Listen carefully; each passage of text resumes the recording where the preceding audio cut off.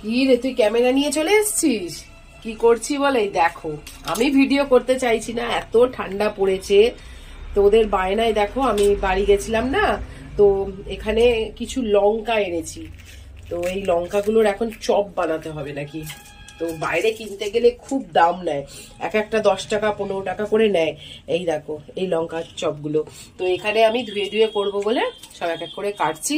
আর লঙ্কার দানাগুলো কিন্তু আমি ফেলবো না, জানো তো, ওটা কি করব দেখাবো। আর এইদিকে দেখো হচ্ছে আলুর দম, তাকে গরম করে রাখছি। এখন বেজে গেছে 6টা, মেয়ে এসে খাবে। আর এইদিকে হচ্ছে দেখো কফি হবে, তাই জন্য দুধ বসিয়ে দিয়েছি। তো এই দেখো আমি কিভাবে করছি, দেখো মধ্যিখানটা এইরকম করে করে কেটে নেবো। কেটে নিয়ে এই যে এর যে লঙ্কার দানাগুলো আছে এইগুলো বার করে রেখে তারপরে জলে ফেলে দিচ্ছি, ধুয়ে এই যে তুলবো। তুলে এর মধ্যে কি করি পরের স্টেপে তোমাদের দেখাচ্ছি। তো চলো। তো দেখো এই লঙ্কাগুলোকে আমি ধুয়ে কিভাবে কেটে রেখে দিয়েছি। আর এর মধ্যে কেন এরকম করেছি, কারণ এইটায় আমি পুর ভরবো বলে। আর পুরের জন্য আমি এখানে রেডি করে নিয়েছি দেখো সেদ্ধ করা আলু। ঠিক আছে, এখানে আমি সেদ্ধ করা আলু, নুন, আর এর মধ্যে দিয়ে দেবো একটুখানি জিরে, সাদা জিরে দিয়ে দেবো যাতে টেস্টটা ভালো হয়। এবার এর মধ্যে দিয়ে দেবো একটু ধনে গুঁড়ো, জিরে গুঁড়ো পরিমাণ মতন দিয়ে দেবে, তাহলে দেবে মাখার মানে আলু ভাতে মাখার যে টেস্টটা সেটা হবে। আর এতে দিয়ে দেবো আমি একটু তোমার ধনেপাতা কুচি। তো চলো আগে কুচিয়ে নিই, তারপরে দিয়ে মাখাটা তোমাদের দেখাচ্ছি। দেখো আমি এখানে ধনেপাতা নিয়ে নিয়েছি, আর নিয়ে নিয়েছি দেখো বাজার থেকে কেনা আচার। ঠিক আছে, যাতে একটু চটপটা হয়, ভেতরটা একটু চটপটা হলে বেশ ভালোই লাগে। আর আমার এখানে দেখো দুধ ফুটে উঠেছে, ধেমে আছে রেখেছি, তাহলে দুধটা একটু গাঢ় হবে, কফিটা খেতেও টেস্ট লাগবে। আর বহরমপুরে যে ঠান্ডা পড়েছে আর কি বলবো, কিছু বলার নেই, জাস্ট ফাটাফাটি ঠান্ডা পড়েছে। পুরো সিমলা দার্জিলিং সব ফেল।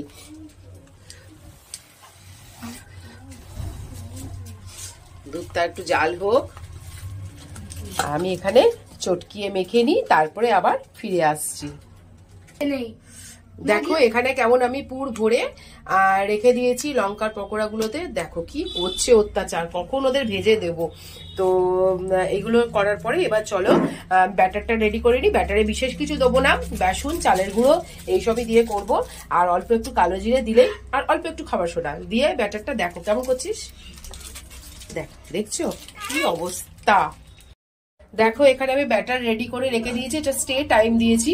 আর এই দেখো কিছু মনে করো না, নখগুলোর এই অবস্থা করেছে আমার ছেলে, দুপুরবেলা সারা দুপুর বলে কালার করে দিচ্ছে, পিঙ্ক কালার এই কালার। যাই হোক, এখানে আমি ব্যাটার তৈরি করে দিয়েছি, এটা তো তৈরি করা হয়ে গেছে। আর সাথে দেখো কফি নিয়ে নিয়েছি।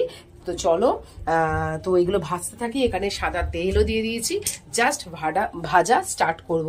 তো চলো আগে সব রেডি করে নিই, আর গরম গরম আগে কফিটা খেয়ে নিই। তো তেল গরম হয়ে গেছে দেখতেই পাচ্ছ। আর এখানে দেখো ব্যাটারের মধ্যে আমি অলরেডি দিয়ে দিয়েছি, এবার আমার কিন্তু তেলে চোবানোর পালা। তো চলো একে একে করে, অবশ্যই আমি হাত দিয়ে করছি। তো এবার দেখো দিয়ে দেবো, এক হাতে ক্যামেরা আছে বলে একটু অসুবিধা হচ্ছে। না বাবু, তোমাকে ধরতে হবে না। এই দেখো খুব মোটা ব্যাটার দিইনি, তাহলে লঙ্কার স্বাদটা পাবে না, যে কাশ্মীরি লঙ্কার সেই স্বাদটা পাবে না। তো চলো এরকম ভাবে আমি সবকটা ভেজে আবারও তোমাদের সঙ্গে আসছি। আর একটা দেওয়া যাবে, দেখ তো দেখি, একটা ছোট দেখে দিই।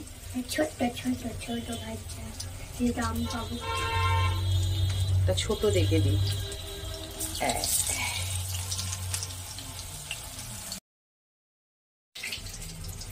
তো চলছে শীতের একদম জমজমাটি কাশ্মীরি লঙ্কার চপ, তাই না? কেমন হচ্ছে বল? না খেয়ে তো বুঝতে পারবো না, আগে খেতে হবে। আচ্ছা দাঁড়া, ভেজে এবার তুলে দেবো। তোর প্লেটটা দে। দাঁড়াও বাবা, তোমাকেও দেবো। হেভি মচমচে, হেভি সুস্বাদু, এই যে কাসুন্দি আর দেখেই এত ভালো লাগে, তাহলে খেলে কতটাই ভালো হবে। তো দেখতে থাকো, আর কটা আছে ভেজে নিই, ভেজে আমরা সবাই খেতে থাকবো। আর এইভাবেই আমরা করব। তো দেখো কেমন লাগছে, আর চল খেয়ে তাহলে বল কেমন লাগছে। ঠিক আছে, তো আমার রেজাল্টের আসার সময় হয়ে গেছে, এই যে দিয়ে দিয়েছি, বসে পড়েছে খেতে।